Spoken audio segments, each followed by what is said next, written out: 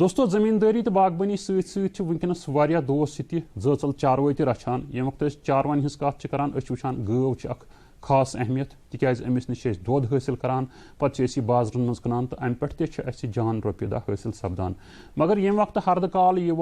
पत वंद अत मज वुचान कि जन दोध दिन सलाहियत गवन हज कम गसान अत वजूहत कित पे हेको यह दोध दिन सलाहियत यह बढ़वित अमिच जानकारी दिवान डॉक्टर नज़ीर अहमद यम जन SMS KVK बडगाम वलियो वुचो यम क्या वनान। जो ये मिल्क प्रोडक्शन है इसमें अक्सर देखा गया है कि विंटर में, जो कि कश्मीर कंडीशन में विंटर में मिल्क प्रोडक्शन कम हो जाता है। उसका मेन जो रीज़न, कुछ रीज़न है मिल्क प्रोडक्शन के कम होने के, वो मैं बताऊंगा, लेकिन विंटर में जो यहाँ है उसका मेन है फीड फॉडर। बाहर क्या होता है, राउंड द ईयर उनको ग्रीन फॉडर मिलता है, जिसकी वजह से मिल्क प्रोडक्शन वहाँ पे मेंटेन रहती है। लेकिन यहाँ पे हमने देखा है कि यहाँ पे विंटर में हमें कोई ग्रीन फॉडर नहीं मिलता है, तो हमें उसकी जो मेन वजूहत वही है कि फॉडर जो है ग्रीन फॉडर नहीं होता है, तो उसकी वजह से मिल्क प्रोडक्शन कम हो जाता है। दूसरा एक रीज़न है जो कि यहाँ ठंड बहुत ज़्यादा पड़ती है, तो एनिमल का उतना ज़्यादा केयर नहीं होता है, क्योंकि वाटर जो है, वाटर बहुत ही इंपॉर्टेंट है मिल्क प्रोडक्शन के लिए। 85 to 87% मिल्क में जो होता है वाटर होता है, इसलिए गाय के लिए वाटर की रिक्वायरमेंट बहुत ज़रूरत होती है। और विंटर में ठंड की वजह से अक्सर वाटर की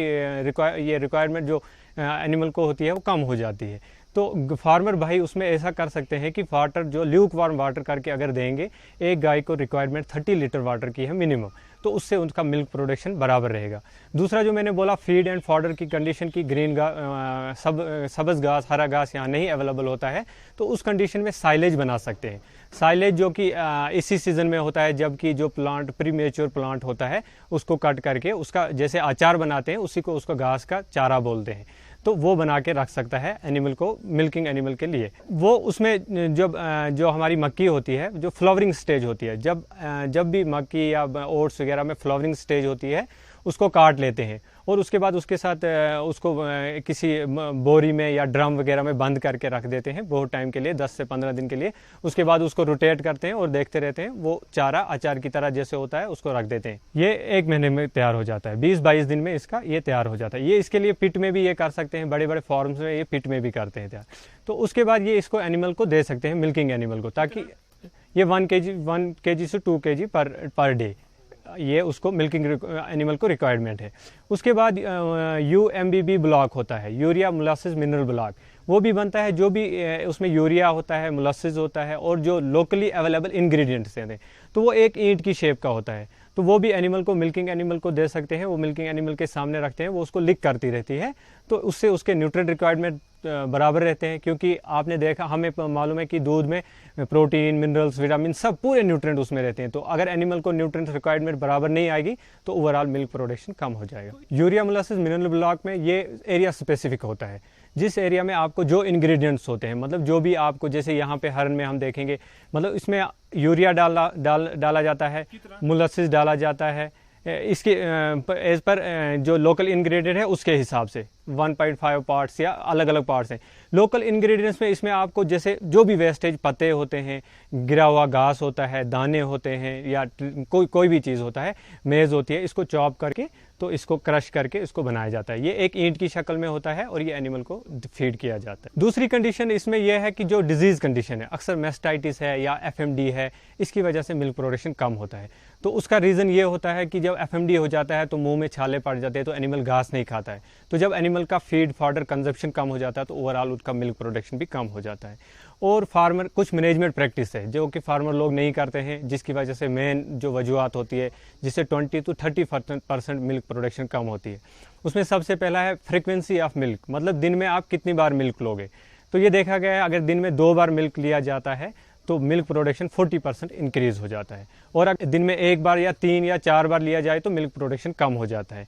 और इंटरवल, जो 12 आवर के इंटरवल में अगर देखा है साइंटिस्ट ने, अगर 12 आवर के इंटरवल में दूध लिया जाए तो मिल्क प्रोडक्शन इंक्रीज़ होती है, मतलब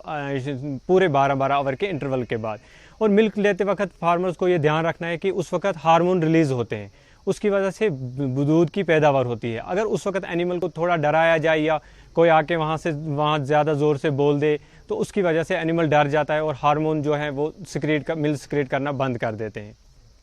एक और फार्मर के लिए मैं ज़रूरी बात बोलूँगा, जो ड्राई पीरियड होता है, जब एनिमल दूध देना बंद करता है और नेक्स्ट बच्चे तक, वो 60 डेज़ का होता है। तो अक्सर फार्मर क्या करते हैं, जब एनिमल मिल्किंग में हो तो उसको बहुत ज़्यादा दूध चारा वगैरह डालते हैं, अच्छी खातिरदारी करते हैं, लेकिन जो ड्राई पीरियड है उसमें एनिमल को वो ऐसे ही छोड़ देते हैं, उसमें उसको ना ज़्यादा अच्छे से खाना डालते हैं ना कुछ, क्योंकि उस वक्त उनको दूध मिलता नहीं है, तो खुदगर्ज लोग जो होते हैं वो उसको खाना वगैरह भी नहीं देते। लेकिन वही 60 डेज़, वो 60 डेज़ का है, वही इंपॉर्टेंट है एनिमल को मिल्क प्रोडक्शन में। जितना उस 60 डेज़ में जितना अच्छी तरह एनिमल को मिल्क ये खिलाया जाएगा, चारा वगैरह, उतना फिर प्रोडक्शन में मिल्क अच्छा आएगा। बैलेंस, जैसे मैंने आपको पहले ही बोल दिया कि हमें मिल्किंग एनिमल के लिए UMBB जो ब्लॉक है, मिनरल ब्लॉक है, वो बैलेंस है, उसमें पूरी क्वांटिटी एज पर मिल्क के हिसाब से बनाई है, जो मिल्क में न्यूट्रिएंट है वो सारे उसमें हैं, और वो एक ब्लॉक इनको आगे रखा जाता है, वो 1 हफ्ते तक वो उसको लीक करके ख़त्म करते। मैं फार्मर भाइयों को यही बोलूँगा कि जो साइलेज वगैरह बनाते हैं, इसके लिए आप KVK के साथ कांटेक्ट में रहें,